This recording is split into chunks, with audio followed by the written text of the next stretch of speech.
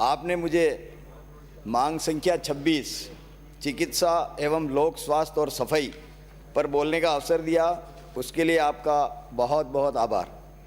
मैं सबसे पहले मुफ्त वैक्सीनेशन उपलब्ध कराने के लिए भारत के लोकप्रिय प्रधानमंत्री आदरणीय नरेंद्र जी मोदी साहब एवं केंद्रीय स्वास्थ्य मंत्री मनसुख जी मंडाविया का बहुत बहुत आभार व्यक्त करता हूं, और साथ ही राजस्थान सरकार के मुख्यमंत्री जी का और दोनों स्वास्थ्य मंत्री जी का भी, और वैक्सीनेशन में लगे हुए समस्त चिकित्सा कर्मियों का भी हृदय से बहुत बहुत धन्यवाद ज्ञापित करता हूं।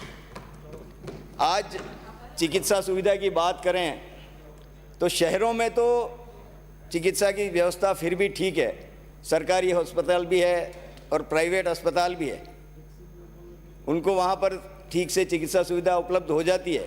लेकिन ग्रामीण इलाकों की बात करें तो ग्रामीण इलाकों में चिकित्सा सुविधा की व्यवस्था बहुत दयनीय है, अस्पताल बहुत कम है और है वहाँ पर स्टाफ की कमी। लगभग सभी वक्ताओं ने बताई है कि जहाँ पर 2 की पोस्टिंग है वहाँ पर 1 कार्यरत है, जहाँ 4 की पोस्टिंग है वहाँ पर 2 कार्यरत है, और जहाँ 1 पोस्टिंग है सिर्फ ANM, वो अधिकतर पद खाली पड़े हैं। मेरा सरकार से निवेदन रहेगा कि इन रिक्त पदों को शीघ्र भरा जाए। लगभग सभी उप स्वास्थ्य केंद्र ले लो, प्राथमिक स्वास्थ्य केंद्र लो, सामुदायिक स्वास्थ्य केंद्र ले लो, सभी में पद खाली हैं, इनको तुरंत भरा जाए। और एक मेरा निवेदन है कि बीमारी समय देख करके नहीं आती है, समय के बाद ड्यूटी आवर्स के बाद भी आ सकती है, तो रात्रिकालीन में भी हर कम से कम प्राथमिक स्वास्थ्य केंद्र में एक मेल नर्स स्तर का व्यक्ति कोई न कोई उपलब्ध हो हर समय, ऐसा मेरा निवेदन है। पहला सुख निरोगी काया, स्वस्थ शरीर में ही स्वस्थ मस्तिष्क निवास करता है। अच्छा स्वास्थ्य जीवन में विभिन्न कार्यों को पूरा करने के लिए आधार बनता है। स्वास्थ्य का मतलब न केवल बीमारियों का अभाव है, वरन संपूर्ण शारीरिक, मानसिक और सामाजिक स्थिति का स्वस्थ होना है। हमें इन सभी पहलुओं पर काम करना चाहिए ताकि एक स्वस्थ समाज व देश का निर्माण हो सके। कोरोना महामारी ने हमें सही चिकित्सा व्यवस्था की परिभाषा प्रस्तुत की है। जान है तो जहान है जैसी कहावतों की याद दिला दी। हमें चिकित्सा व्यवस्था को निरंतर सुधारने का प्रयास करना चाहिए ताकि हर व्यक्ति तक सही चिकित्सा सही समय पर उपलब्ध हो सके। आज 1/3 से भी कम व्यक्ति ही सरकारी अस्पतालों में जाना पसंद करते हैं, क्योंकि निजी अस्पतालों की तुलना में उन्हें सुविधाएं नहीं मिल पाती है। सरकार को स्वास्थ्य से संबंधित योजनाओं को जन जन तक पहुंचाने का कार्य करना चाहिए, क्योंकि आज भी गरीब परिवारों का बहुत बड़ा तबका इनसे वंचित रह जाता है। माननीय सभापति जी महोदय, आपने 2019 के बजट घोषणा की बिंदु संख्या 95 पर नागरिकों को अपने निवास स्थान के पास तत्काल एवं निःशुल्क प्राथमिक चिकित्सा सुविधा उपलब्ध कराने के लिए जनता क्लिनिक खोलने की बात कही, लेकिन मेरी विधानसभा में तो कम से कम एक भी जनता क्लिनिक अभी तक नहीं खुला है। आपने 2021-22 के बजट घोषणा की बिंदु संख्या 16 पर CHO कम्युनिटी हेल्थ ऑफिसर की भर्ती करने की बात कही थी, लेकिन अभी तक वो भर्ती नहीं हुई है। इन्हें शीघ्र भरने की कृपा कराएं। मुख्यमंत्री निःशुल्क दवा एवं जांच योजना के अंतर्गत 2011 से कार्यरत संविदा कर्मी जो अभी भी 8,000 रुपये मासिक मानदेय कंप्यूटर ऑपरेटरों को का काम कर रहे हैं, कंप्यूटर ऑपरेटरों को नियमित पद क्लिनिकल अभिलेख सहायक पद पर समायोजित कर नियमित किया जावे। ये कर्मचारी अभी जयपुर में ही शहीद स्मारक पर पिछले 15 दिनों से धरने पर हैं और 3 दिन से तो वहाँ अनशन भी चल रहा है। इनकी तरफ ध्यान दिया जाए। मेरा मंत्री महोदय से निवेदन है कि इनकी मांगों को मानकर इनको परमानेंट किया जाए।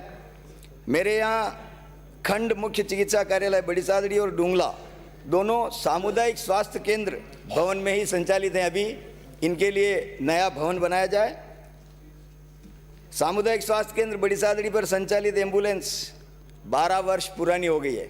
लगभग 3 लाख किलोमीटर वो चल चुकी है। आज की तारीख में वो मरीजों को उदयपुर या चित्तौड़ के अस्पताल में पहुंचाने वाली स्थिति में नहीं है। इस तरह नई एम्बुलेंस दिलाई जाए।